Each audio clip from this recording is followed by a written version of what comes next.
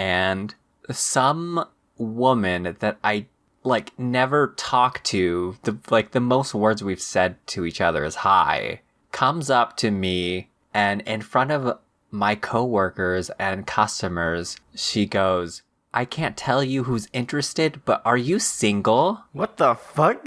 I know!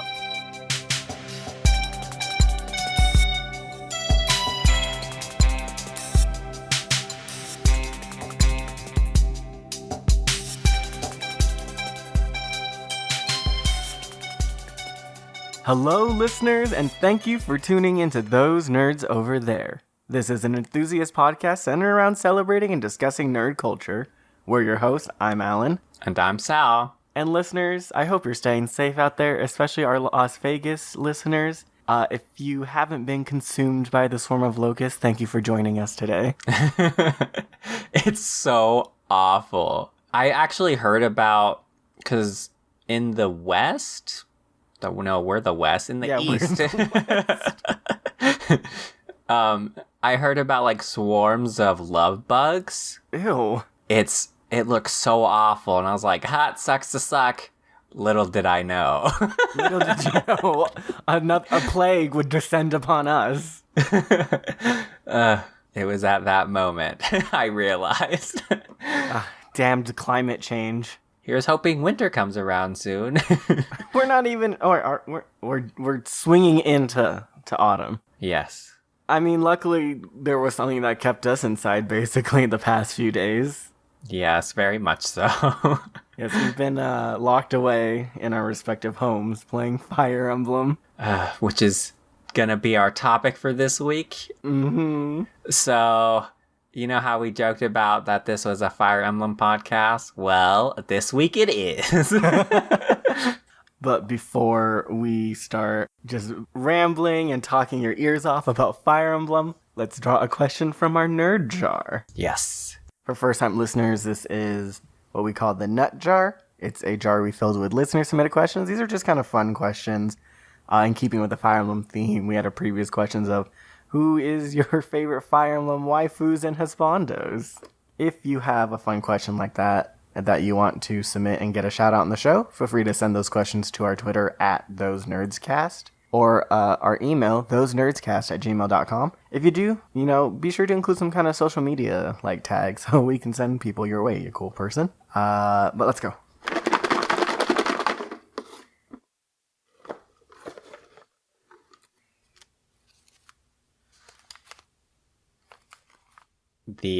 The crumpling of the paper is so satisfying to hear for some reason. Thank you for joining on ASMR over there. So, this is a good question. This is from one of the people we got to meet during Amazing Las Vegas Comic-Con, Sal. Nice. Today's question comes from Perry Namirov. She works for Collider. She was one of the panel moderators at Amazing Las Vegas Comic-Con. And we had the pleasure of meeting her and Koi after the which panel was it? It was the Power Rangers panel. Was it? No. It was George Perez. It was George Perez. There you go. There you go. Was it? But I mean, Perry did moderate the Power Rangers panel. Yes. She's super cool, and she gave us this really cool question. What Game of Thrones houses would you sort Avengers into? Oh, man, I forgot about this.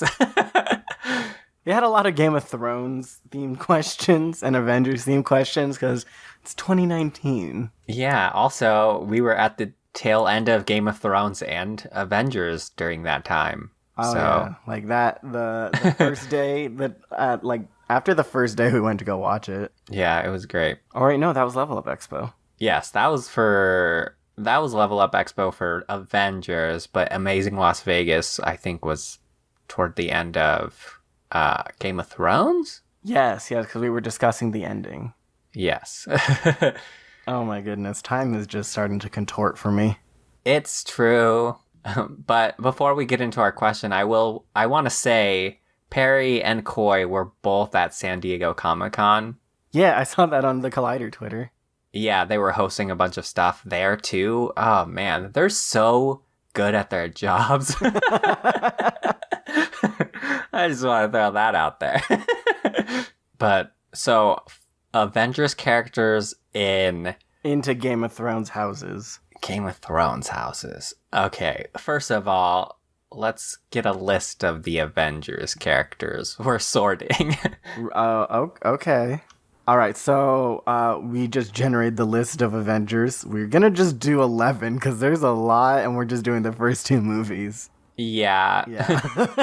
It's because by the time you get to Endgame, it's like, but who is an Avenger and who's not? Yeah. Because at that point, we're just naming all the Marvel characters. Yeah, I mean, technically, right, at Captain America Civil War, there were no Avengers. Well, technicalities. All right, but first off, the first Avenger, Captain America. Yeah. What house would Captain America be in?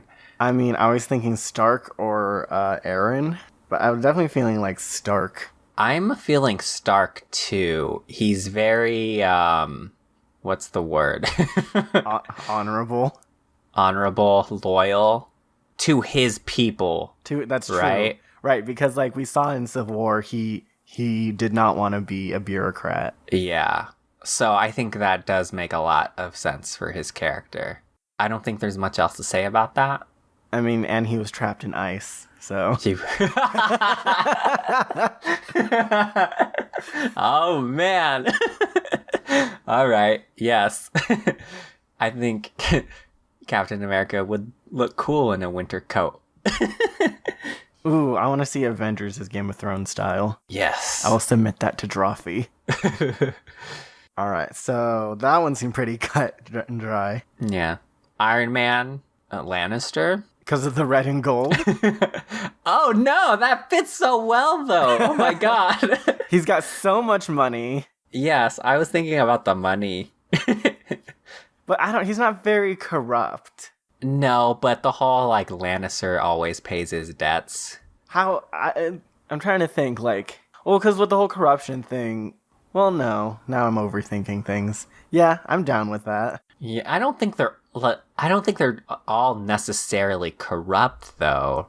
But, I mean, Tywin... I mean, yeah, the main house figures are, right? But... They led the house. I think the morals of the house aren't dictated by just the main people of the house. Does that make sense? I feel like it is. What is their house motto? Hear me roar. Okay, well, no, that doesn't make sense. That means nothing. Yeah. All right. You're right. They're corrupt. But to be fair, Iron Man has kind of been on that tipping point a few times. True. I mean, definitely like pre Iron Man Tony Stark. Yeah. So, is there a different house you think he fit in better? I mean, if we're just thinking about money, maybe like, what is it? Tyrell? Very smart, very rich, scheming, not evil. Okay, I could probably see Tyrell. But I do like the fact that the colors match for Lannister. Yeah, it just works very nicely. And because the Tyrells are their house has a very, like, pretty vibe to it.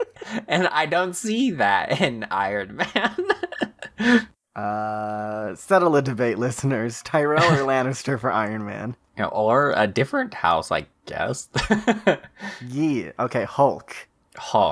I think this is probably the hardest one. I wasn't really thinking of a house. I was thinking more like maybe the Maester Citadel. I was thinking maybe he's one of the free folk. One of the free folk. Ooh.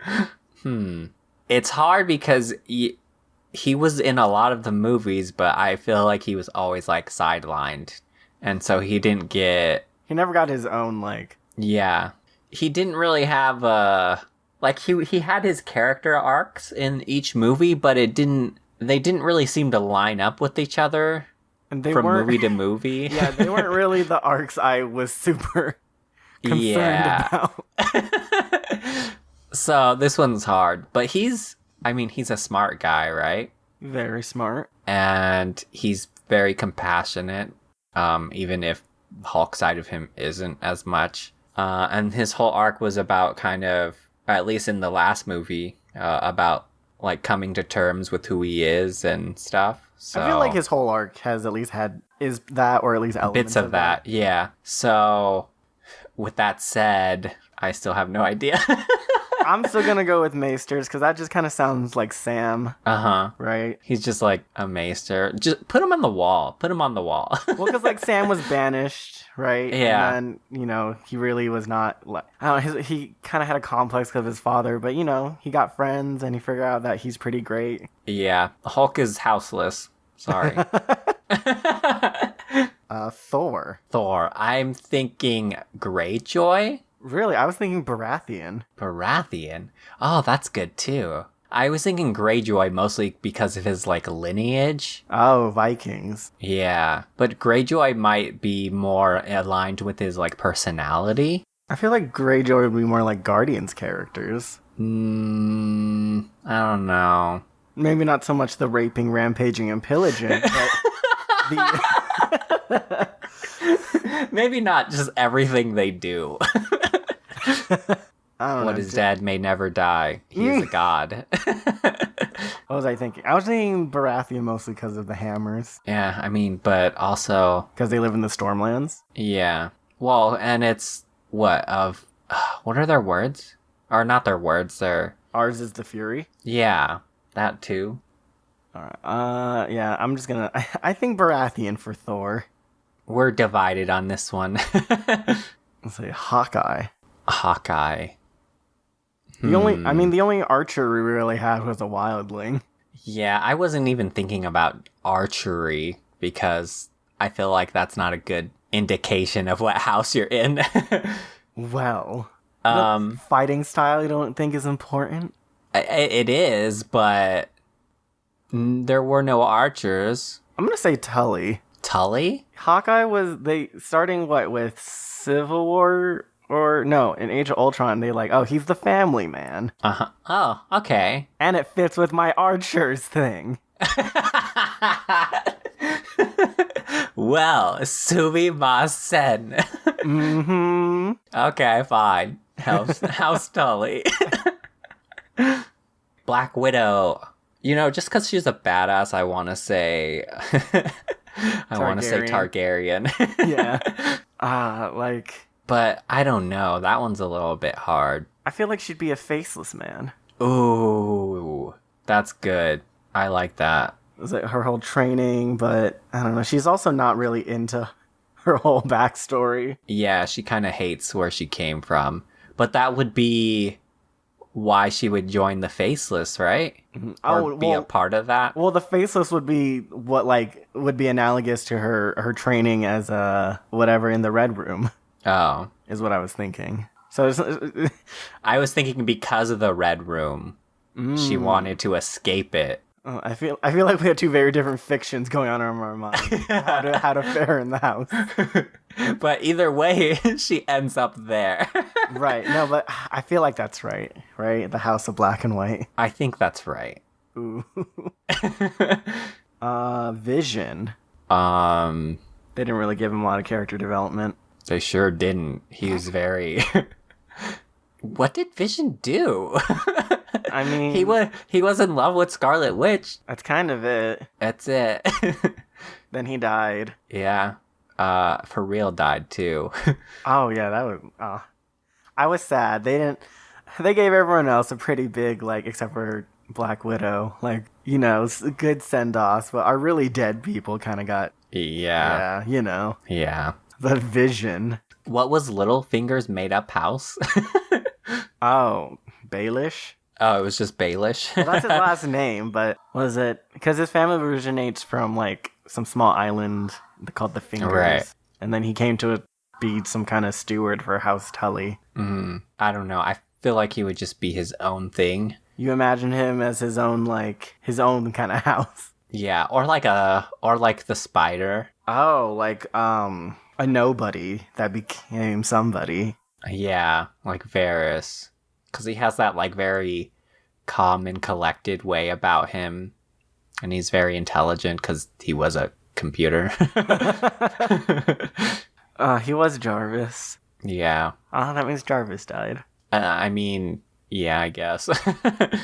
Yeah, I can't sort him into a house because he doesn't really have a personality. Jesus. All right then. Moving on. Scarlet Witch. Again, I'm just going. I don't know. I can't help it based off of just theming and stuff. I know. Cause I feel like she'd be a red priestess. Yeah. Oh, that's so cool. Especially with all the magic. Yeah, but I don't see her like worshiping a god. No, we have not seen her be very religious. Yeah. In fact, I think she would probably be the opposite of that. Because just of the way, like, life had dealt her a very poor hand. Maybe she's a Greyjoy as well, or not for you as well, but I feel like she leans very heavily on, like, emotion. And, like, you'll pay the iron price. I feel like she could be a Lannister, actually. A Lannister? Yeah, fucked up childhood, very vengeful.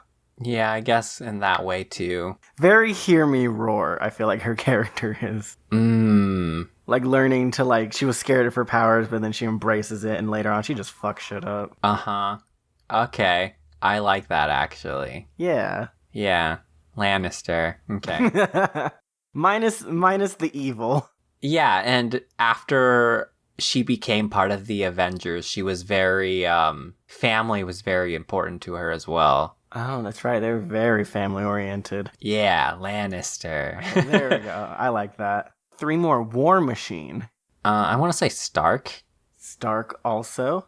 Yeah, I feel like that one's kind of easy. I did not really watch the Iron Man movie, so I'm not really sure too much about Rudy. Yeah, he's very, the best parts of Iron Man. I think, House Lannister and Stark are similar in a lot of ways, but one's more good and one's more evil. Kinda. Yeah, I'm down for that. Yeah, I think that's true. Because he was also like, oh yeah, let's sign the accords. And Stark is very lawful, on the lawful side. Yeah. All right, Winter Soldier. I think more chaotic. More chaotic, definitely. More chaotic. Good with fighting. It's a little bit hard because he was kind of brainwashed and stuff, but he was very loyal to Captain America.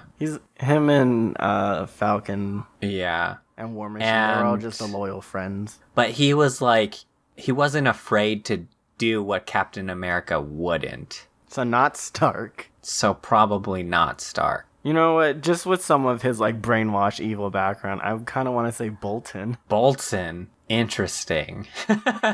Yes. That's that poor man. Okay, yeah, I can see that. Especially if you want to, being raised as a Bolton and then kind of wanting to leave it. Mm-hmm, definitely. I could see that. Yeah. Bolton's good. Very chaotic. Very chaotic. Well, semi-evil. And then Falcon. Falcon. I kind of want to just put him in Stark because I feel like he would just follow Captain America anywhere. Jeez, that sucks. But that's shitty. I'm trying to remember. Who is Sam Wilson? Yeah. He's ex-Air Force, I think. He leads a PTSD group. I mean, looking at these pictures now, I want to put him in House Aaron, but that's just because it's a bird. I mean, yeah, they really kind of painted him as Captain America's sidekick. Yeah, but House Aaron was very much protect their own, right? I don't know. We had one example of a really good Aaron who was dead by the time the series began, and the then other 2 were bad Aarons. Yes. Yeah. Also, we completely based this off of the Avengers movies, so apologies to any comic book fans. Oh, yeah. I mean, I didn't even think about that. I mean, this is the only versions I know is the problem. Right. And I think it's better this way because there's so many iterations of the comic book characters. And more people know the movies by now. Yeah, so I think it's simpler that way. But yeah, I just want to say Stark. I mean, he is spoilers. He is becoming the next Captain America, right? So yeah, damn it, I can't think of anything better. I feel like we're just defaulting him into Stark, though. I know, but it's hard. Okay. I really like this question. It is a mind flipper, though. You're kind of having to break down the elements of these characters and then integrating them into elements of this other completely different story. Yeah. So which is super fun. It's fun, but it also is like testing us on how much we know about these two properties. Thank God we know a lot about these two properties, because otherwise this would be very difficult. Mm-hmm. Stark. Damn it. All right. It occurs to me I forgot to say, or tell the listeners where they can find Perry. Yes. But you can find her on Twitter at P Nemiroff. That's the letter P Nemiroff. Yeah, and be sure to check out everything she and Koi does on Collider. But what were the ones we had trouble with? Thor, Hulk, or the ones we didn't agree with? Thor, Hulk, Vision. I think that's it. And probably Falcon. There's got to be something better for. And Falcon asterisk. And we didn't put anybody in Targaryen. No. If we had included Captain Marvel, I feel like she'd be a Targaryen. Oh, definitely. Well, there we go. We just included her. Yeah, we got a Targaryen. Hell yeah. But listeners, tell us, do you agree? Do you not agree? And because I'm sure many of you are much more knowledgeable than us on this. Yeah. Before we move on to the Fire Emblem portion of our show, we want to take this moment to thank our patrons. So thank you, Eloy. You know, is your brother into Fire Emblem? Because we basically talk about it every week. No, I don't think so. So I do hope that you enjoy all our blather about Fire Emblem. But thank you. You help us set aside this time to be able to do that. So thank you. Yeah. Okay, Sal. So Fire Emblem Three Houses. It came out. Our social lives are over. As if they were there before. Hey, I don't know about you, but I feel like I have a decent social life. You know, I believe you. But I don't. At least I don't think so. Sometimes when I'm talking to people, I'm like, oh, I actually go out more than you do. That's odd. Anyway. I do feel like you go out more than me, though. Yeah, I don't know. But it's always just hanging out with the same two people. I mean, that's fine. Does that count? I'm gonna say yes. Okay. Then I have a very active social life. But we'll kiss your social life goodbye, because now we got Fire Emblem for the next year? Yes, because DLC's up to 2020, right? Oh my god, is that what's happening? I'm pretty sure. I just meant the base game, because, like, I don't know, it's been, what, for us, 1 day? Uh-huh. Today's day 2. And I'm only as far as chapter 7. Well, see, you're a lot farther than me. I am? So by the way, no story spoilers, please, for the love of God. Alright, I will not do any story spoilers. Like, anything that's not base level or within, like, the first chapter. I'm on chapter 2. And there is a reason for this. What's the reason? I purchased a physical copy. I got the special edition Seasons of Warfare, which is, so nice. But it got to my house at 6 p.m. yesterday. Oh, okay. And I was just dying. I was just sitting there at the door waiting all day. Like a dog waiting for his master to return. Yes. And it finally came. And I was like, thank God. And I started playing it. But then a friend came over. So I was talking to them for a while. And then I played it some more. But then I got really tired. I get tired at 10 p.m. because I'm a loser that goes to work early. Damn it, Sal. No friends, no work, only Fire Emblem. I know.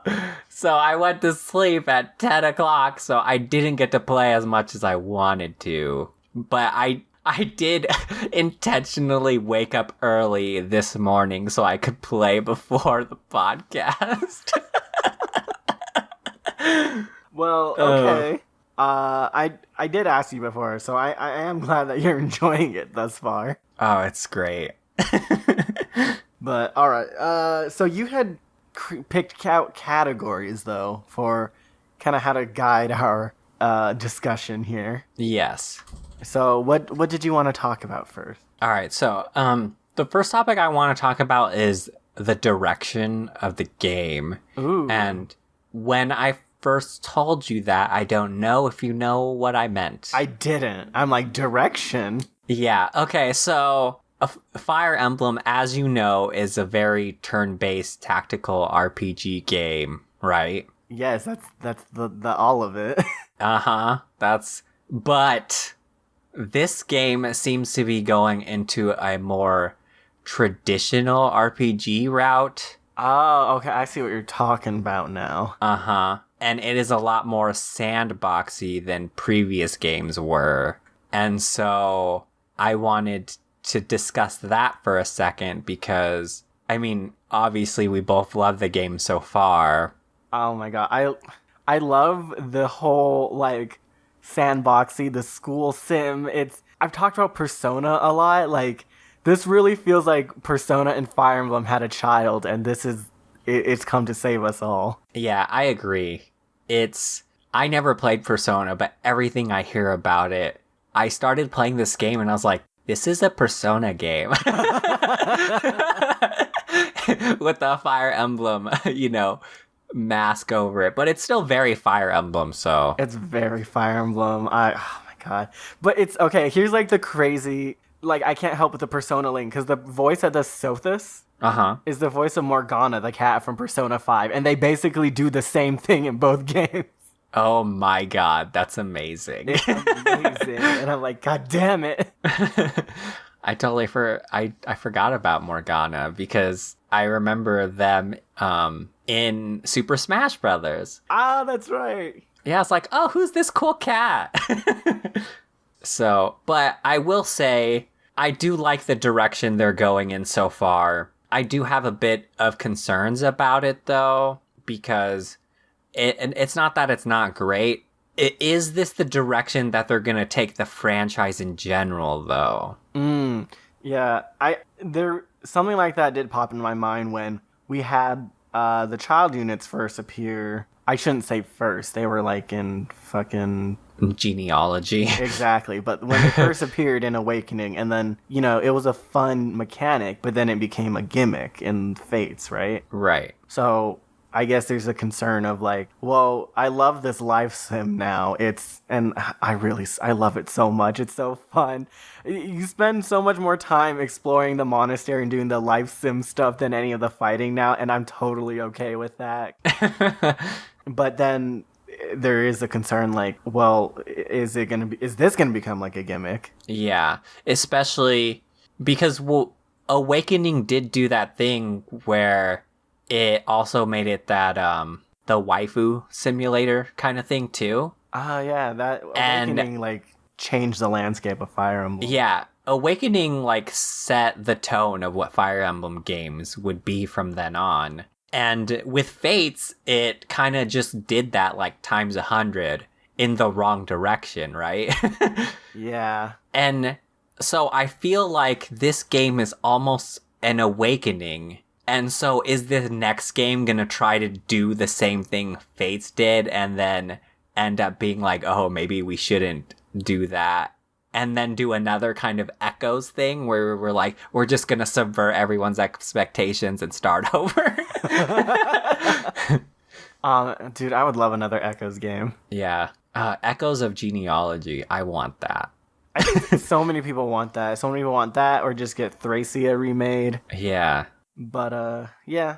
I feel like, so this is a concern we're voicing now, but I feel it's a little unfounded, or not unfounded, but, like, it's not such a big deal, because... Oh, it's definitely not. It's very much like a nitpick worry. It is. Because I was going to say, Persona made, what now, 3, 4, 5 games with the same kind of life sim stuff, and people love it, and I love it, and this is now... This is promising for me. This Fire Emblem. It's good. But I will have to say, some people don't like the whole school sim aspects of like Persona and stuff. And if you're like a diehard Fire Emblem fan that just likes the gameplay aspect of it, because this game very much like rewards you for doing the whole school sim thing. And so for the people that don't like that, is that a problem? I don't think doing the sim stuff gives you rewards in the game, but I feel like they've built in enough ways to bypass that and still gain some of the benefits. Like if you don't feel like exploring the monastery or doing all that stuff, you can just do the seminar and still get bonuses to all your like weapons and stuff that you have to learn. Yeah. Also, since word of warning to you, like with the life sim stuff, because I got way too into the life sim stuff. And the problem with that is your main character, Violet, the only way they can really keep up with the other students in terms of like all their skills is to spend some of your either do the seminars or spend your action points during the like life sim to train. Right. Because I fell behind the professor fell behind the students. Oh, I see. Okay. Yeah, like everyone had like C ranks and all their stuff, and I was still on E+. Yeah. That's funny because I got past the part that was like, remember, your character is also a student. They also have to learn. So be diligent and thinking about that too. And I was like, okay, it seems like you didn't take that advice. I was having so much fun eating meals with the faculty and the students. I forgot to train. It's understandable, The characters are great. I will have to say, though, and the direction they're going, I think this game succeeds so well so far is because they've actually taken a lot of the things that made, the original Fire Emblem and Fates and Echoes and Awakening and expanded upon them to make them, like, the best they could be in this game. Yes. I think there's definitely like a lot of returning things from previous games. Just one, the nostalgia, and two, it just feels good. Yeah, especially Echoes because people definitely talk highly of Echoes, but I don't think it's usually like the point of discussion when about Fire Emblem games. And this game, I think, borrowed a lot from Echoes with the whole, like, being able to explore. They expanded upon that a lot. And the whole, like, special abilities on your weapons, they brought that back, except this time it doesn't use health, which is that's so much of a better idea to just use durability on your weapons. I was going to bring this up in the gameplay portion, but I think they've hit an amazing balance with the weapon durability, but also wanting to like not have weapons completely disappear and just having that durability as a resource you spend. Yeah, so that's great. And then, we still got all the waifus. And a lot more bisexual options now. Yes. That's important to me mostly because I picked female Violet. Oh, okay. Yes. I was actually having a really hard time choosing, but I chose male. I chose female. I don't know, the male avatar seems so stiff in the animations, I feel like, compared to the female one. Yeah, it is true, but have you seen the art of they're all the characters like standing and looking up towards the camera. It was like a promotional thing. Yeah, I did. And you have Edelgard staring at Byleth and not up at the camera like everyone else. Mm-hmm. And I thought that was so sweet. And I was like, I'm choosing male just for that reason, so they can have this dynamic with each other. But no, back to direction. I don't know if this falls in direction, but like everything is voice acted and fucking, I don't know, that's amazing. Yeah, it's great. I actually sit around and listen to the whole support conversation now. Oh, you didn't do that before? No, before it just became too much reading and I would just skip through it. Ah, man, lazy. Shut up. How dare you? It's okay.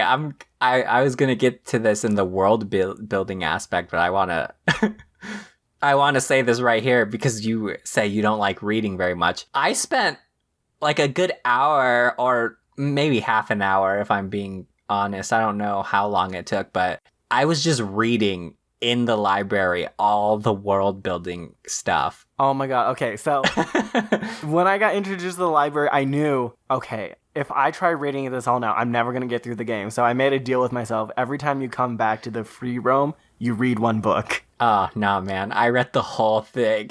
Dude. And it's so much information, but it's really good. I've only read about Saros and I basically only have read the book of Genesis and Fire Emblem 3 Houses. Ah, I see. Well, let's go to world building then, since I think that's a good transition. Yes, please. Yes. World building. Okay, so for the world building, I think they do such a good job of just like with the ambient dialogue. Of just like giving the history of each of the 3 kingdoms and giving story hints of like, oh, this is something to expect next, right? Yeah. But I think it's gotten to a point that it's got me excited for the world, but I'm starting to feel a little stuck in the monastery. Yeah. Well, I think that's just because you can't leave the monastery. Not yet, anyway. As far as we know. But I like the idea of being stuck there because there is so much history just to that one place, right? Mm-hmm. It's so much so that you get lost because there is so much. Like, so I was reading everything, and you read about the Church of Saros, right? And their history, the beginning of the world. And then you go to all the kingdoms and learn their history, and then all the royal houses and learn their history. And it's just so much information to take in that I need this time at this place for it to all settle, you know, before I move on to somewhere else. I've kind of accepted, because I'm in chapter 7 and a lot of the students' like houses that they mention, like the last names, turns out they're actually important despite how unpronounceable they all are. Yes. Oh man. Yeah, it's that Game of Thrones feeling again where it's like, oh god, I gotta memorize all these houses. Except this time it's 100 times more difficult. Yeah. Like, we're given so much history of these houses, and I just want to go. I just want to go. Yeah, why are your house names so obscure? And why do your characters have, like, 5 names to their whole name? Oh my god, yeah, everyone has, like, a Vaughn or a, like, Sen or something. Yeah, it's kind of ridiculous, but at the same time, it's great, and... It's a mood. It's definitely a mood. And, you know, going back to, like, the Game of Thrones comparison where at the beginning you're so lost, but once you, like, know everything, you're, like, immersed. Oh, I'm trying to keep up. Like, I still am having a hard time remembering the houses in my own class, let alone the other 2. Yeah, I'm still having a hard time remembering people's names, like their first name, in my own house. Because there's the calendar system, right? Mm-hmm. When you get to someone's birthday, it doesn't show you who it is, it just says their name. And it's like, do you want to buy them flowers? And I'm like, I don't know, do I? Who is this person? Oh, you don't just buy everyone flowers? I started to do that. But at first I was like, I'm not going to buy this person flowers. I don't know them. But then it was like a person I actually liked and I just forgot their name. And I was like, dang it. So I started buying everyone flowers. I was like, I just buy everyone flowers. They're all such good students. There isn't like... They're great. It's so good. But anything else on the world building? No, like, I think they've done a really good job building the world. It feels... There's so much history built into it. And, you know, I'm not too interested in real life about, like, political dramas. I don't watch those kind of shows. But with all the, like, all three leaders and, like, why they need to become, you know, the leaders they need to be and all the political crap surrounding their backgrounds, it's really interesting. And like I said, I'm just wishing, hey, like, get me out of here. Let me into the world you're building. Yeah, that's true. I think this is a good transition to our favorite characters. Yeah, I was going to go into characters, but also because storytelling seems like a better transition from world building, but because we were talking about characters, I don't know. Well, I have 8 people to talk about. All right, we'll go into characters. So, first off, I want to ask you for the people. Hello, nerds. Welcome. What house did you pick? Black Eagles, obviously. I guess. No, I love all the houses. I didn't think I would. Right? I went into it, I picked the Golden Deers, and I was super diehard Golden Deers all the way. And then I got to meet all the characters, and oh man. I'm so happy that they made a mechanic that you can recruit characters from other houses, because I was so torn when I finally had to choose my house. I didn't know which house to pick. But I was like, no, I have to choose the Golden Deer because I just have that loyalty. I'm in that boat with you. I was all Black Eagles. I said, fuck the other 2 houses. But then now I'm in the game, and I was not all too hot about the Blue Lions, but now I'm trying to recruit some of them because they're all very nice people. Yeah, they're great. A lot of, because I have obviously my favorite characters so far, but they're all spread across all 3 houses. So it makes it very difficult. I will say, though, you know, going back to waifus, because, you know, that's what I do. I love every single girl character in this game. And it's so weird because in every Fire Emblem game, you know, I'm like, this is my waifu, obviously. You know, for Fates, it was Felicia. Echoes, it was Claire. Awakening, Tharia, so Claire? on and so forth. Yeah, Claire is my girl. I thought it was Lucina. Whoa. What? I thought it was Lucina. Lucina, that's Awakening. Oh, wait, who's Claire? Claire and Echoes. Oh, and Echo. Oh, my God. It's not... It was Tharia in Awakening. For obvious reasons.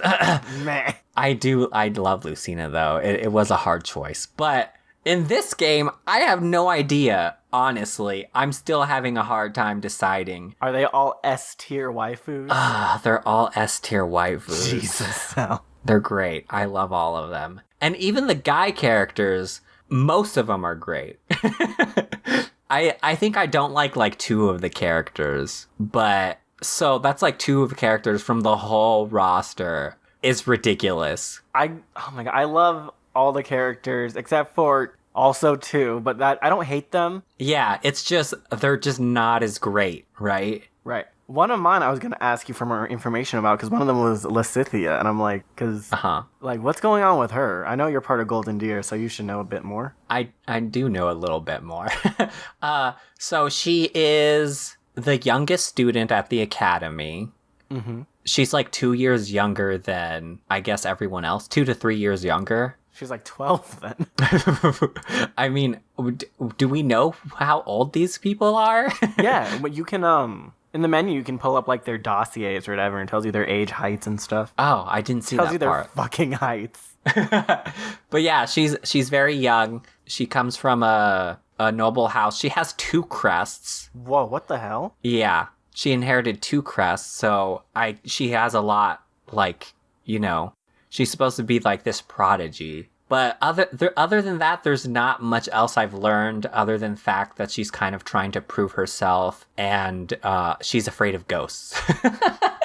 I mean, the whole Two Crest thing kind of explains a lot to me now. Yeah.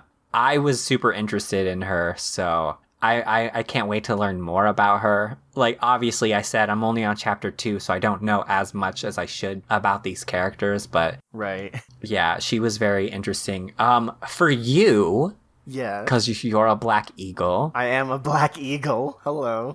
I would like to know more about Dorothea. Ooh, okay. She is the only commoner in the Black Eagle house. Yes, I did gather that much.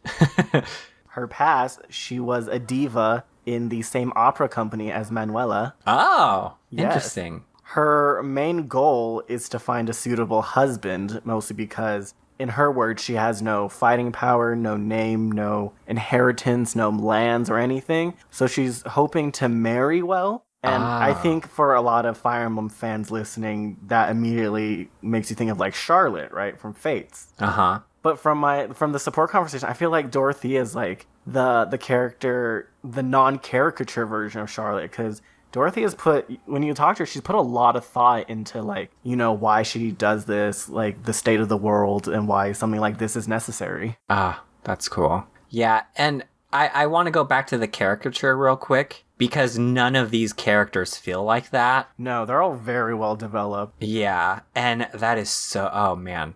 That is so refreshing for a Fates game, because you just have these over-the-top characters sometimes, and some characters are even kind of throwaway, but none of these characters feel like that so far. I know, it's so... they're all so likable. Yeah. Except for maybe one for me, because she doesn't talk. Are you talking about Bernadette? Bernadetta? No, she's great. She talks a lot, actually. I don't know if you met her, but her name is Shamir. Shamir. I don't think you've met her. I only know about her beforehand because of all the pre-release. Oh, yeah, I did meet her. I met her in the courtyard. She was like, "You have a familiar face. Do I know you?" And I was like, "Oh, hello, girl with purple hair. Who are you?" Yeah, but I don't... I'm not too big a fan of her quite yet, just because she doesn't talk. Okay. But yeah, Dorothea, she excels at magic, if that means anything to you. I mean, I do love your house is based around magic, right? Yeah, but we only have like 3 mages. Yeah, that's true. I kind of went with everyone's kind of like more or less default class. Okay. I mean, mine is based around bows, right? But like 2 to 3 people use a bow. So... And then, oh yeah, since Dorothy is like the only commoner, she really doesn't like nobles. Yeah, that's very interesting in a very noble house. Right? Especially because, at Garrick Mock Monastery, which is the academy, the dormitories are separated by nobility. So is she the only... It's like the first floor is the commoners and then the second floor is nobility. Is she the only person from that house on the first floor? Yes. Oh, that's so strange. Yeah. But like... I gotta stop saying like... But like... Was it luckily the way the game has it, like oh my god. The characters from the different households, they're friends, luckily. Yeah, that's true. So she interacts with them other commoners. Oh, actually, Bernadette is on the first floor, too. Oh, okay. She is a noble, though. Any other characters from the Black Eagles you'd like to know before I go into these 8 characters that I still need to talk about? I would like to know about Petra. Oh my god, you picked 2 of my favorite characters from my 8. Yes, I know, because they're both great. All right, Petra also... Dorothea also mentioned she's one of the bisexual options if you're female Byleth. Because I know more about Dorothea than I did Petra. I was just very interested in Petra because when I first met her, she didn't know the common tongue very well. Yes, oh my god, she's adorable. She's constantly asking people for help, how to like... she's like Drax. She doesn't understand idioms and stuff. Ah, okay. So it's very cute. She is actually a foreigner. She's from a vassal state of the Empire called Brigid. Mm-hmm. And there, she's actually kind of a princess. Oh. Yeah, but was it the culture there? It seems to be a lot more, I want to say, naturalistic. A lot of them are hunters. Just from speaking with Petra, they believe in a whole different religion surrounding like forest spirits. It kind of seems like Shintoism. Okay. And she's a hunter. She has tattoos over her bodies that are like prayers from like for safety for her family, for hunting. Mm-hmm. But yeah, no, she is kind of a gift from, which is weird, from Brigid to the Adrestian Empire. Oh, interesting. So in one way, she's a prisoner, but Edelgard, from their conversation, like support conversation, she's very concerned for Petra. She wants to make sure she's okay. Nice. So it's nice. Well, all right then. Please go on to your favorite characters. Well, since we already got 2 out of the 4 students I love out of the way, let's talk about Edelgard and Hubert. Edelgard and Hubert. Yes. I mean, Edelgard definitely stand out. Definitely stand out. Oh my god, Edelgard's amazing. I know a lot of people are upset with her, and for good reason. Her like whole philosophy is that it's a lot like Satsuki from Kill la Kill. Her ambition is the most important thing, and she straight out says like she's willing to sacrifice any number of lives for whatever future. She's a Slytherin. She's a Slytherin. she's a Daenerys. Yes. But I don't know, it just, being in the house, she feels so powerful. In her support conversation with Petra's telling Edelgard, hey, you're too ambitious. You're trying to shoot 2 birds with 1 arrow, is the saying from Brigid. But Edelgard's just like, that's true. You know, I am trying to do the impossible, but for the sake of the future, you know, good, like, I need to do this. I need to shoot 2 or even 3 birds with 1 arrow. And then she tells Petra, it's like, never be the bird, be the arrow. I'm like, oh my god. Ooh. It's just, it's inspiring to be around a character as strong as her. Yeah, nice. But, and of course, so she's definitely going to be the first S rank. And then, a character I didn't think I would like was Hubert. Do you know who he is? Yeah, he's like Edelgard's kind of right hand, right? Yeah, so from promotional material, he just seemed like a creep that always followed Edelgard around. He basically looks like a vampire. Yes. And he kind of is. He's the person that has devoted his entire life to Edelgard. He's from a noble family that has always served like Edelgard's family. And he's made several like comments about, hey, he's gonna assassinate me. Oh. If I Yes. Oh, he did say that to me. Yeah, so he does that a lot. He's cold, but I think it just has to do with how well his voice actor has done. Like, he's so fun to listen to, and the facial expressions are just so on point. Yeah. Like, real quick, speaking of these characters, I don't think they would be as... I mean, they're still great, but these voice actors just bring them to life. Oh my god, yeah, if the game was not voice acted, I would not enjoy these characters as much as I have. Yeah. Like, the whole broken English for Petra, it would not be as, like, endearing if it wasn't voice acted, I feel like. Oh man, yeah, oh, it's so good. But yeah, Hubert's surprisingly fun to interact with. And then, so those are 4 of my favorite students in my class. But fucking, like, I had announced in our Discord before that it's the age of the TILFs. Oh my god. It so is. Like... Fucking... Oh man. First of all, would you like to explain what that is? I feel like our listeners are smart enough to get that from context clues. It's like MILF. It's like MILF with a T. Okay. You know, for teacher. Oh my god. But yeah, so my other 4 characters that I'm just completely in love with are from the faculty. Okay. The first one is Alois. Alois? Yeah. Oh my god, he's like the older brother character. He's okay.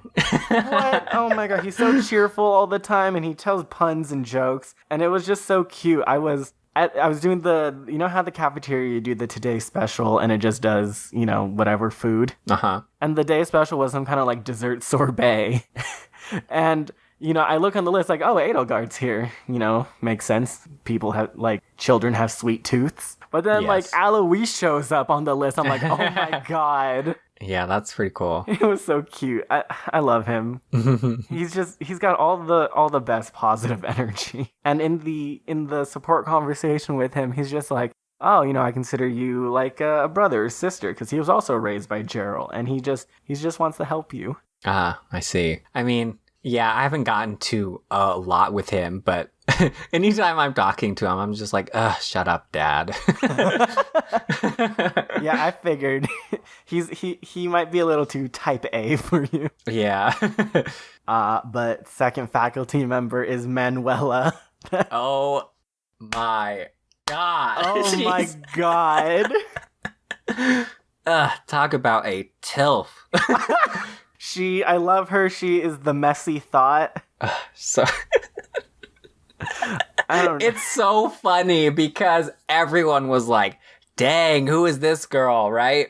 And she totally leans so hard into, this is the girl you think she is. Yep, that's her. And then complete subversion of her character trope. Yeah. I love it. It's so great. She's so funny. And she's like I said, she was in the opera company with Dorothea, and she's also a teacher, and she's the school's nurse/doctor. Yeah. Like, triple threat right there. She's fantastic, and she's so charismatic. It's so great. I don't know. You probably haven't had her support conversation yet, but it's hilarious. Oh, no, I haven't. I can't wait. Oh, yeah. Manuela, she's funny. I love her. And then number 3, her rival Hanuman. Okay. Yeah, I don't know. His excitement for Crest just for one that. Yes. He got really excited about Crest. I don't know, and that was just really funny and endearing. I haven't, like, the crest is the only thing I've seen from him thus far, so I don't have enough on him first. That's kind of like his whole character. Not his whole character, but like his major trait. He's obsessed with crest research. He's the foremost scholar on crestology. I see. And I don't know, just how genuinely excited he got about getting my blood. Also, your support conversations with him are some of, through chapter 7 at least, the only ways to learn about Violet's like backstory. Interesting. Yeah, so that was cool, but I dig his whole aesthetic too. Yeah. But he's fun. And then lastly, like, I knew I was gonna love her when I first saw her, but Catherine. Okay. I don't know if you've met her quite yet. I have not met her. Ooh, okay. Well, she is also another faculty member. She is the most esteemed knight of Saros. Oh, okay. Yes. She is a sword master. And she just exudes confidence, but also like grace. And I have to go to her for sword training because I like that a lot, that they didn't just like put Gerald in that position. Oh my god. Like, so Gerald's still alive through chapter 7. I don't know if that's a spoiler for you. It's not, but I'm just waiting for him to die. It's Fire Emblem. I'm bracing for that so hard because when you look in Violet's support list, what character doesn't show up? Oh, I see. You can't support with your own dad, and I'm so sad because he stuck with me for much longer than I thought he was going to, and he's very nice. It's like, dang it, why did you make me care for this person? Oh my god, but I can't wait for you to meet Catherine. She's amazing. Nice. But those were my 8 characters, 4 students, 4 faculty. Yeah. I want to talk about 2 characters. Please. Oh, no, 3. Sorry. I don't know as much about, like, the characters as you do, obviously, but... So, first of all, Claude, who is he's my boy. Oh my god, I didn't think I would, but then I watched, like, some of the leaks that made me just fall in love with Claude, and I'm like, damn it all. It's so weird because you were talking about Dimitri and how you didn't think you'd like him, and now you do, and I like him as well, but Claude, it was just, like, my boy from the start. He is so carefree, and he's always up to these antics where in the first mock battle, he's talking to you and he's like, so I'm just gonna poison the enemy's food real quick. And then Edelgard and Dimitri come up and are like, excuse me? Oh my god. Because Edelgard was talking to me like that, and Claude comes up with something similar, who's just like, hey, why don't you tell me your weaknesses? Oh man, and he's just not ashamed to like kind of put people in their place. And he's just so fun, and he just wants like the best for his class. He's great. And I haven't gotten much more out of him yet, but I can't wait to get more because he's super cool. And he's an archer. I love archers so much. I love archers. Bernadetta is an archer, too. Oh, interesting. I thought she would be a mage. No. I'm tempted at this point to make Edelgard a mage, just because she gets a special mage ability. Nice. Yeah, but anyway. Yeah. On my team, the guy Ignatz. Yes. I thought he would be a mage, but he's an archer. He's a nerd. Yeah, and that's super weird for me, but I'm turning him into a mage. But he's not the person I want to talk about. So the next person is Hilda. Really? Hilda? Oh, I shouldn't be surprised. Pink hair girl. She's the pink-haired girl with the pink eyes to match. When I seen this character, I just fell in love, obviously. And I was so disappointed when I first met her because she was kind of like the prissy, very over-the-top, like... You know, that character that you always get. She's the girly girl trope. Yeah, like the Claires and the Charlottes and who else? The character I hate in Lynn's game right now. Whoa, what? Sarah. Oh my god, Sarah. Everyone hates Sarah. My god, she sucks. I think it's weird you group Clarion with that, because Claire's, I don't know. She's kind of girly, but she's fierce. Yeah, but like since Sarah, like the character has evolved over time, right? The archetype. And with him... sorry, that's just damn. I don't like her, okay? Poor Sarah. But with Hilda, I was afraid she was gonna like revert back to that. And she turns out to actually be really great. I mean, and she has that very lazy attitude, but she also...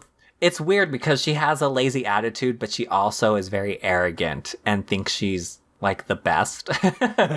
But she's... It's weird because she's best friends with Marianne, who is the next character I'm going to talk about, who is this very quiet character who doesn't talk that much. And they have this really cool dynamic. And she cares very much about her teammates. And so she became this character that I thought I wasn't going to like, but I was hoping I would like because she had pink hair.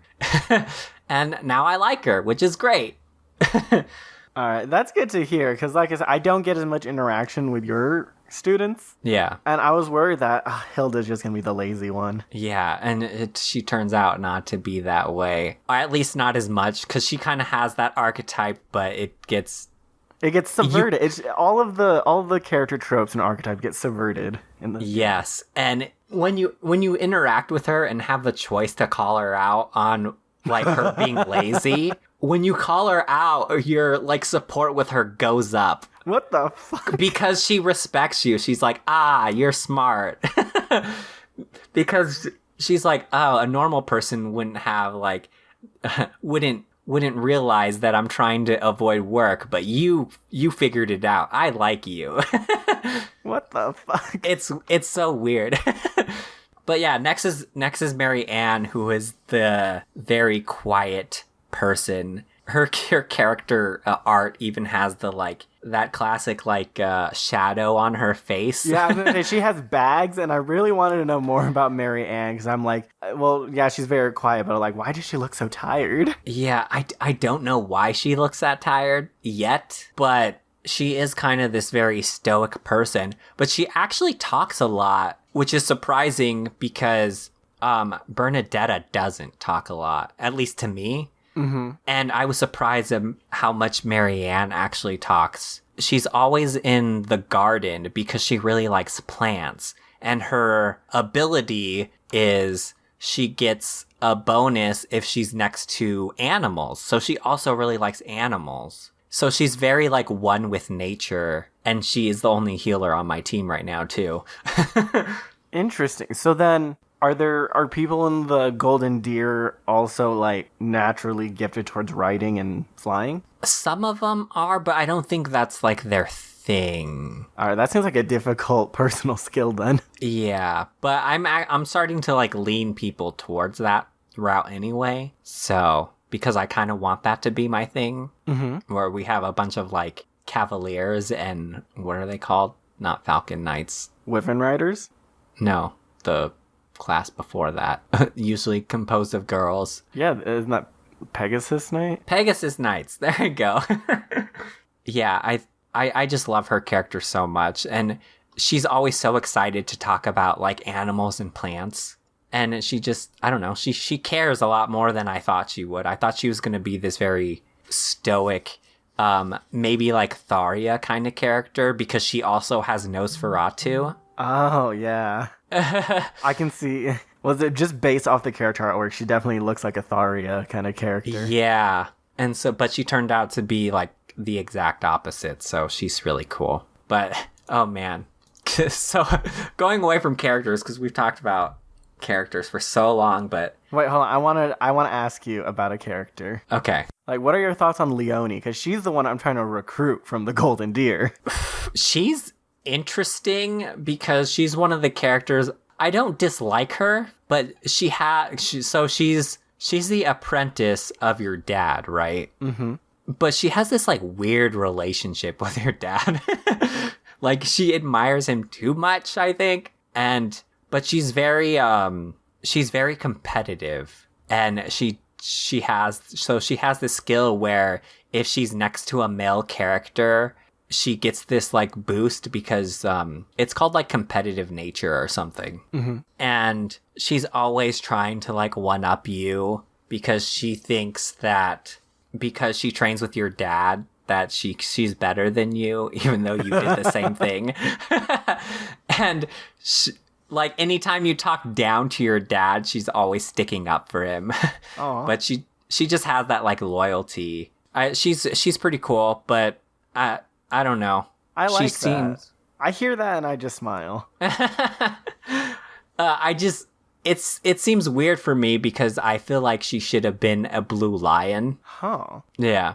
I think that's kind of all I have to say. I haven't interacted with her very much because she's the only girl on the team. She's the girl on the team that I've interacted most or the least with. All right. What did you want to talk about next? All right. So next I want to talk about storytelling because it's good that you're on chapter 7 because you have more to work on. Mm-hmm.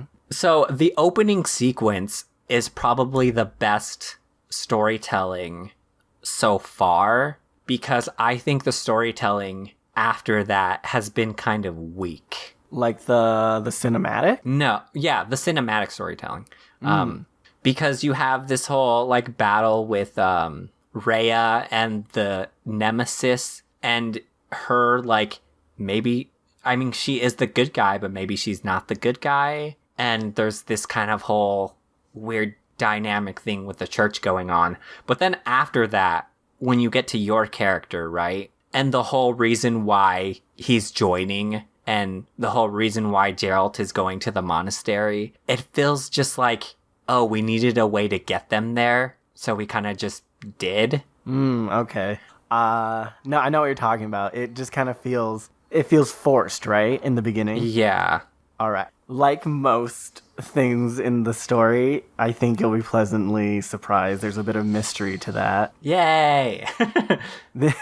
So I know I had the same feeling. I'm like, well, that feels weird. Like he's just kind of going along with it, and he's kind of just like blasé about being forced back. Yeah. But I think I don't have the reason yet, but they've kind of set it up that there's kind of a mystery going on surrounding him and Rhea and why he left and why he's suddenly back. That you get through talking through some of the other faculty members. Got it. Yeah. So I guess look forward to that. I mean, that's all I have to say about that because all the storytelling is actually done through like characters and world building that we've already talked about. Mm-hmm. So I have nothing else to say because I'm only on chapter 2. I guess the only thing I have to add to storytelling is do you know about the lost items yet? No. Oh, so there's these little items that you can find around the monastery that are items that your students, other students in the faculty have lost. And all you have to go on is a description they give you and a highlighted blue word that's supposed to help you connect to which student has it. Oh, okay. And some of them are a bit obvious, but some of them aren't. And part of figuring out who they're talking about requires kind of paying attention to the ambient dialogue you have with them each time you talk to them in the free roam mode, information you get from support conversations. So I thought that was just kind of nice because I like the kind of Dark Souls style storytelling where it's told through items, and there was just kind of some connection there for me. Ah, okay. That's pretty cool. Yeah. All right. So next is music. I don't have much to say about this one. I don't have much to say either. I've told you in the past that I'm not a big fan of music or video game OSTs. Uh-huh. And, you know, I do love Edge of Dawn, but it hasn't played yet. Yeah, like the main theme of Three Houses is incredible, right? And then you kind of get like a background of that in battle. I don't know if you've heard that. No, I've heard the instrumental one. Okay, but I'm in it for the vocals too. Yeah. But other than that, I haven't really heard anything that's popped out. But I did get the soundtrack with the special edition. You did. So I was going to say, like, you can listen to the fucking songs whenever. Yeah, so I'm waiting to kind of judge the music on that because I'm probably going to listen to it, like, while I write or something. Because it's really hard for me to pay attention to the music while I'm playing the game because I'm so distracted by the game itself. Mm-hmm. And it's really not until I re-listen to songs that I realize their impact, because I didn't really enjoy the Echo soundtrack until I went back to listen to it and got all the feelings that I had while I was playing the games that kind of like just were subtly there, but I didn't notice them. You get the sense memory. Yeah.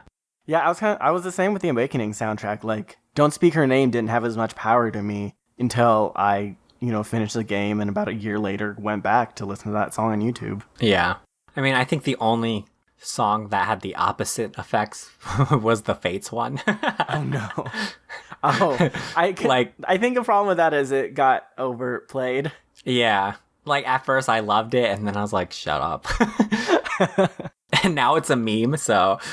But, alright, so next is art. I don't have much thoughts on the art in the game, to be honest. I mean, I'm just gonna say it's great. They're very much sticking to their, whole art style from, like, past games, or from the new generation of games. Except Echoes. Echoes had a very... watercolors. Yeah. And I loved the heck out of that. But this one's kind of more back to, like, Fates and Awakening. Yeah, I was gonna say, it's very, very Awakening faces. Yeah. And, I mean, but I love it. It's very anime. Oh, yeah, except for the eyes. The eyes are new and very anime. Yeah. They're all so intense. I did have the pleasure of getting a big art book, though. Ooh. With my special edition. I love art books because they give you concept art of, like, all the characters and art of all the places you get to visit. And it's just so cool because... So they have the concept art of Byleth and of Edelgard, and just seeing them with, like, how their hair could have been or how they would have looked before is just... It's just so neat just seeing the concept of where they were to where they got, and to kind of theorize what would they have been like if, like, this was their final art. I mean, I just enjoy those small things. You bring that up, and I do kind of wish I could change my hairstyle, because I would like to give... sometimes, some days you're feeling like it's a pony day, Yeah. All right, so the big one, the gameplay. Characters wasn't the big one? Characters is the big one, asterisk, because a game is not a game without gameplay, right? True. So, I mean, first impressions, what do you think of the gameplay? I love it. I had already mentioned, like, despite the actual number of battles you're in, not overall decreasing, but you spend less time in battles, I don't mind it. Like, the overall gameplay now is a lot of life sim, and I'm totally into it. And for when you want, when you want to draw blood, it's there at the end of the month, something to look forward to. Yeah, it kind of makes those battles more special because you're occupied doing other things in between. Mm-hmm. You're not just going from battle to battle to battle. So... And, like, you mentioned it being more special. Like, a lot of the stuff you're doing in the live sim is preparation for that battle. Because you know it's coming up. So, I like that. And speaking of things coming up, the calendar system is so cool. I don't know if they've spoiled that beforehand. They did, and that was the first sign of, like, this is very Persona. Ah, okay. And I didn't know Persona had that either, but I love it. It's so cool. I love it. It's like, you see it and there's like people's birthdays and holidays on there. Yeah, and it's funny because I'm always going back to my special edition. I'm sorry, but... No, you're fine. You bought it. You get the right to be excited about it. It came with the calendar. What the fuck? It's a calendar of 2020, except it's the same calendar. I'm going to steal that from you next time if I ever go to your place. You know that, right? It's so cool because it has everyone's birthdays on it and special events and what moon you're on too. Oh man, and I just thought it was this neat little thing. And then when I got into the game and it's the same calendar. Oh my god. Oh, that's so cool. And then each month has a different character's picture of the calendar. And then the opposite side is the art of... Like, when the narrator is narrating over the art to, like, do world building and stuff? The narrator's your dad. Yeah, and it's, like, that kind of, like, folk tale art. Mm-hmm. The opposite of the back of the calendar stuff is that art, too. Oh, my God. Can I buy this calendar separately? I normally buy otter-themed calendars. I want this calendar. It's so cool. It's small, but it's really cool. I love it.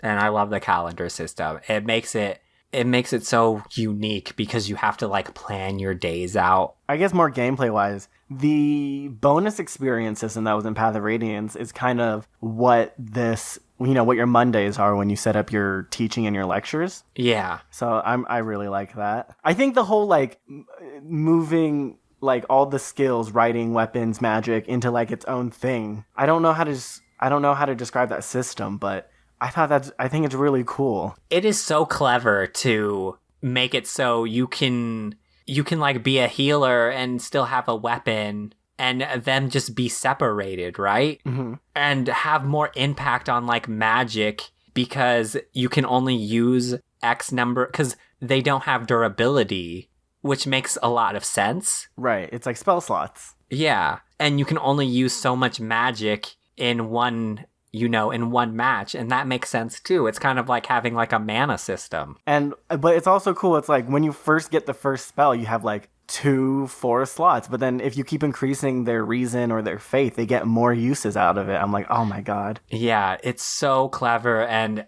I like playing it. I'm like, why have they never done this?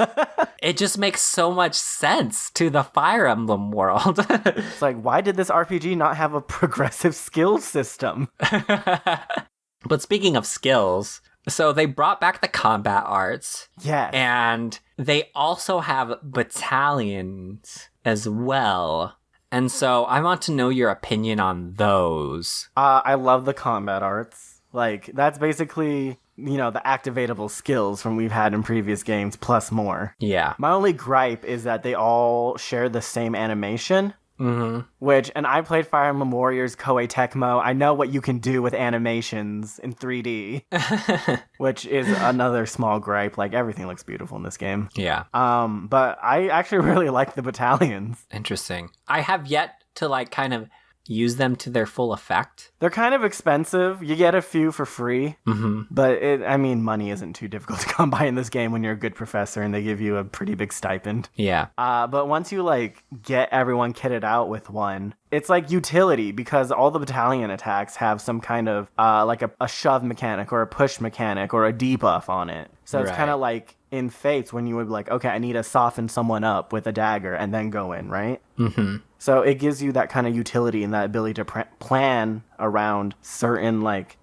objectives around the map. And then you also see that, I don't know if you've seen it yet, the opponents have battalions too, so you need to watch out for those. Because then they'll do a lot of damage to a bunch of your units while all simultaneously halting their movement, pushing them back, fucking up just a lot of things. I think it just adds another element of like tactics. Yeah, and I mean, with the battalions, it adds the whole you're actually controlling an army feel. Yes, oh my god. When you go into the battle and there's not just you and this other person in this empty field, it's a mood. Yeah, it's great. One thing I will say I don't like, I guess this is more of a nitpick, but when you get near an enemy or a unit is in enemy range, it tells you who the enemy is going to target. Mm-hmm. And I don't like that because I always felt that the wonder of, oh no, is my weak character gonna get targeted, or are they gonna,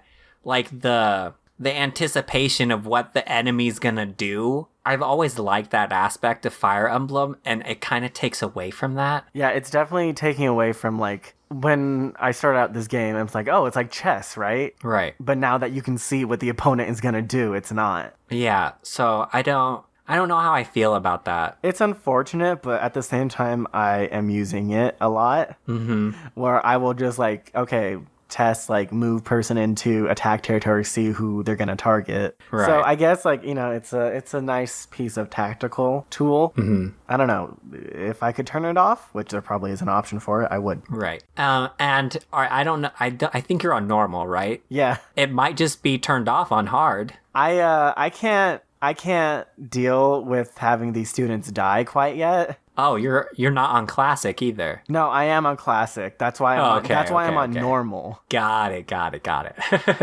I played through Awakening on casual, and it was great for the story, but then it just kind of felt like, well, what's the point? Yeah. Where are my stakes? Yeah, but I mean, you know, no shade at anyone that plays on casual mode. Yeah. I mean, it is definitely a lot less frustrating. Yeah, and I mean, I did it and still enjoyed the game. Going back to the skills and stuff, because we're veterans, right? Sure.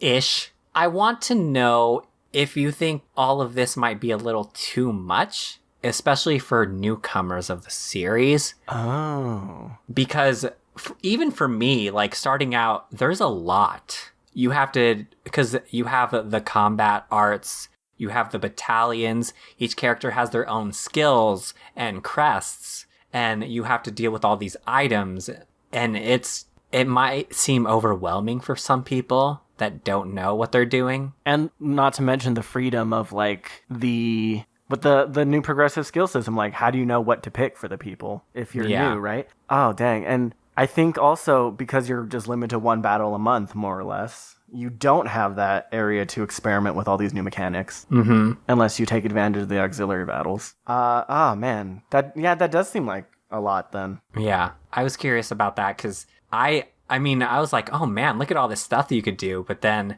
because I'm sure this game is sold like freaking hotcakes. Oh my god, are you kidding me? People were so desperate for the game that they were grabbing it the day before it was released by like just like tricking GameStop employees or whatever. Yeah, so I mean, for people that are new to the series, I wonder how they would end up taking all of this. If listeners, if you never played a Fire Emblem game before and Fire Emblem Three Houses is your first one, tell us how the experience has been, because our experience has definitely made it a bit easier, I feel like. Yeah, I will say it does do a pretty good job of like pacing out learning about new things pretty well. Did you notice that I don't think there's a weapon triangle anymore? Yeah, there's not. Dang.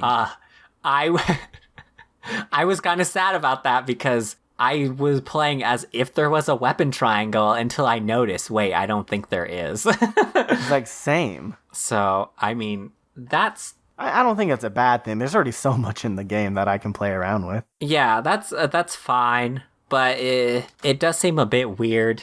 It's just something I guess you have to get used to. I mean, Echoes didn't have one, right? Yeah, they didn't. That's also because, like, they didn't have axes. Yeah, that's true. We've talked about the weird... I feel like we've talked most about the weird aspects of gameplay, but there's so much of the gameplay that we love. Yeah, it's great. I love that they kind of have a team-up mechanic where if you're standing next to someone, it makes a difference, but they don't have the pair-up mechanic, which kind of ended up being broken. Oh, it was horribly broken. Yeah, so... Yeah, I'm glad that they found a way to rework it. Uh-huh. There is kind of a pair-up mechanic in the game.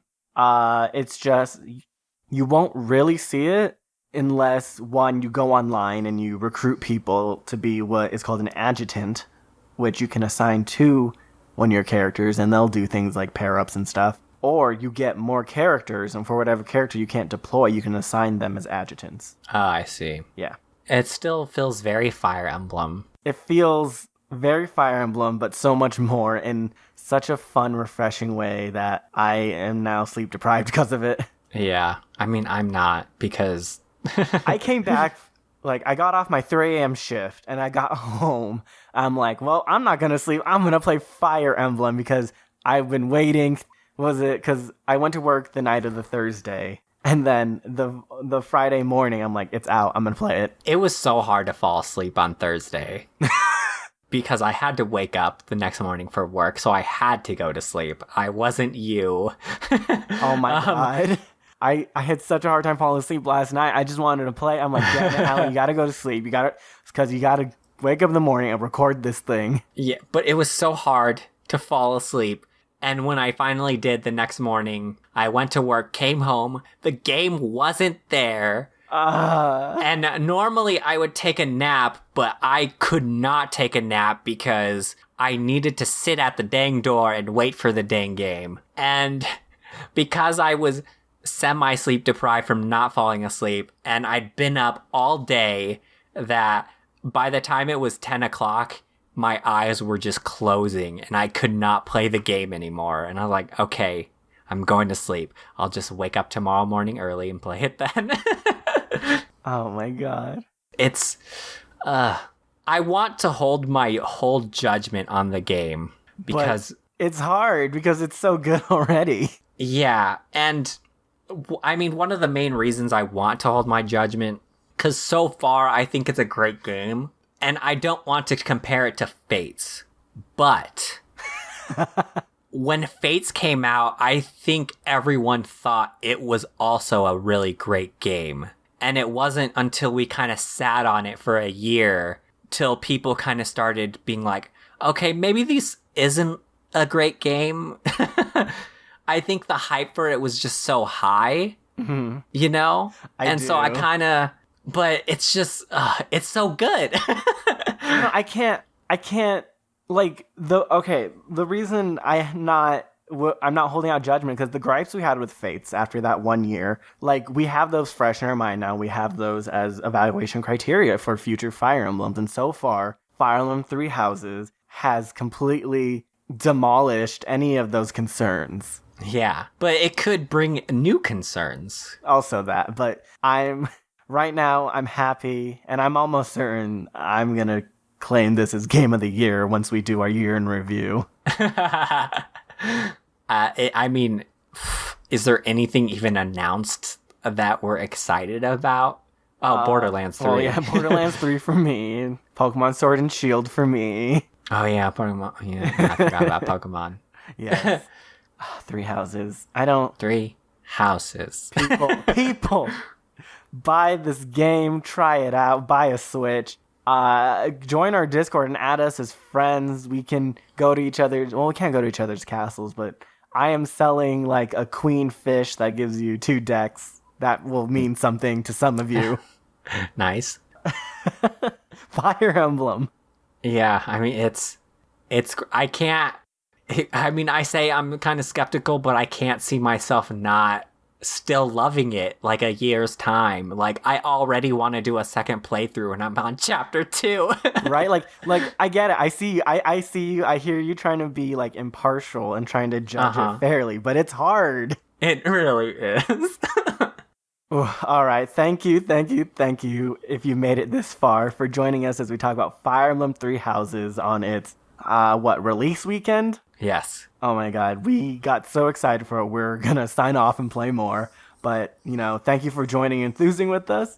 Uh, if you like Fire Emblem and, you want to help out the show, consider sharing this episode with a buddy, because word of mouth, is the best form of advertisement. If you want to just kind of help out the show in general, reviews on our Stitcher and iTunes pages, they go a long way towards like podcast visibility. If you have any recommendations for the show, like something else we can get excited about besides Fire Emblem, feel free to put them in the comments of our SoundCloud page. If you want to see pictures of our, the Amazing Las Vegas Comic-Con coverage that we were talking about at the beginning, you can check out our Instagram. If you like what we do here on Those Nerds Over There and you want to help out the show, consider becoming a patron. It's thanks to our patrons and their support that we get to make this show. I've been thinking more and more about this show and like what it is, and it's important to me that we set aside this time in our week to talk about something we love.